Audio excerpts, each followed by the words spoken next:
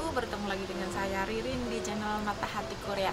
Kali ini saya mau menceritakan tadi ya, hari ini tanggal berapa? Hari ini hari Senin, sesuai dengan cerita yang dulu tentang apa ya namanya, kalau dia pencurian ya, pencurian yang bukan miliknya sebenarnya. Kalau menurut dia bukan pencurian atau gimana saya nggak tahu ya, pokoknya kasusnya kasus pencurian yang telah dialami oleh teman kita Indonesia dan Timor Leste. Kalau teman Indonesia sekarang sudah pulang di Indonesia, karena kemarin kan sudah saya katakan kalau dia itu kemarin kena Jipeng Yuye ya. Jipeng Yuye itu penjara tanpa penjara dengan apa namanya, penjara tapi terbatas ya penjaranya, maksudnya penjara di luar gitu. Nah, daripada dia itu sebenarnya kemarin dikasih banding ya, tapi daripada nunggu bandingnya juga sebenarnya sih nggak apa ya, cuma tempatnya kan juga di kantor penjara, jadinya dia nggak mau, akhirnya pulang saja gitu. Nah ya, untuk kali ini saya barusan menjenguk teman kita yang teman Timor Leste yang kemarin sudah saya ceritakan ya. Saya menjenguk ke sana dengan pengacara, dampingi pengacara untuk mengajukan banding. Nah tadi ribet sekali pokoknya, sewaktu ke sana pun foto pun nggak boleh ngambil, di depan pun pagarnya nggak boleh difoto. Jadinya saya cerita di sini ya, apa yang saya alami tadi. Waktu masuk kita harus lapor dulu sebelumnya, 1 hari 2 hari sebelumnya. Kalau mau jenguk teman yang ada di penjara, kita harus yayak ya, harus pesan jamnya dulu kapan. Dan kalau misalkan 1 hari sudah ada yang pesan, untuk berikutnya nggak boleh, cuma 1 orang ya. Di situ kita setelah masuk kita dicek, terus setelah kita dicek itu suruh nulis keperluannya, karena banyak yang masuk ke situ. Jamnya itu harus sesuai, kalau kita udah pesan jam 2 on time harus ke sana. Setelah itu kita masuk, kita suruh apa ya namanya, handphone, seperti handphone, rokok seperti itu nggak boleh masuk ya, diambil semua. Saya kan nggak ngerokok. Nah di situ setelah itu suruh tunggu di ruang tamu, ruang resepsi atau ruang tunggu ya. Setelah dari situ gilirannya masuk. Nah di situ kita masuk ke seperti kayak apa ya, udah di gerbang pintu besar ya. Di situ sebelum gerbang ada lagi untuk suruh isi lagi itu. Nah suruh isi, kenapa apa ya, baru dari kota mana, dicek aja suhu badannya gitu. Setelah itu masuk, dari situ masuk ke gerbang.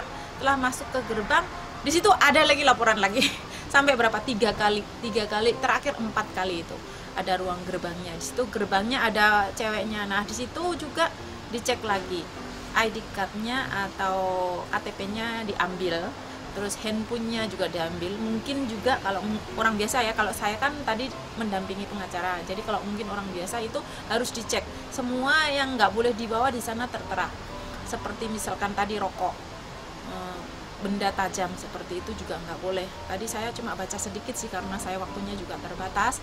Nah setelah itu kita masuk ke ruang, dikasih itu ya kartu untuk curit itu ya, untuk masuk atau keluar nanti itu. Nah di situ setelah kasih itu kita nanti masuk ke ruang tunggu yang berkaca-kaca itu. Berkaca-kaca di situ banyak sekali para narapidana yang nunggu di sana. Dengan saya itu nemenin pengacara yang mau bantu teman kita itu gitu, jadi menerjemahin gitu. Nah di situ sambil kita nunggu jamnya, aku dampingi pengacara untuk narapidana yang dari Korea juga ya. Di situ narapidana tersebut dibantu oleh pengacara negara. Nah pengacara tersebut sudah spesial ya, udah bidangnya dia.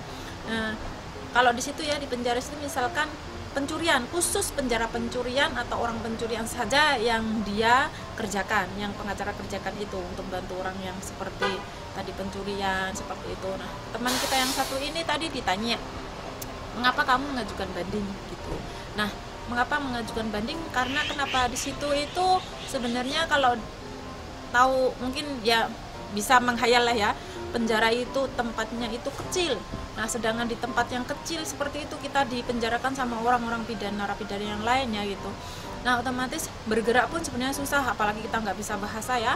Nah di situ untuk teman yang satu ini, kenapa kamu banding gitu, karena tadi saya bilang Ilyon, 1 tahun itu terlalu lama untuk dia meringkuk di penjara. Kalau bisa dia mendapatkan penjara bebas di luar gitu ya, atas yang kemarin dengan teman yang Indonesia yang sama itu.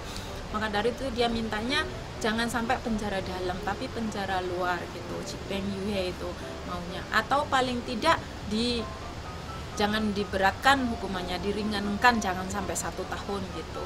Nah, dari sini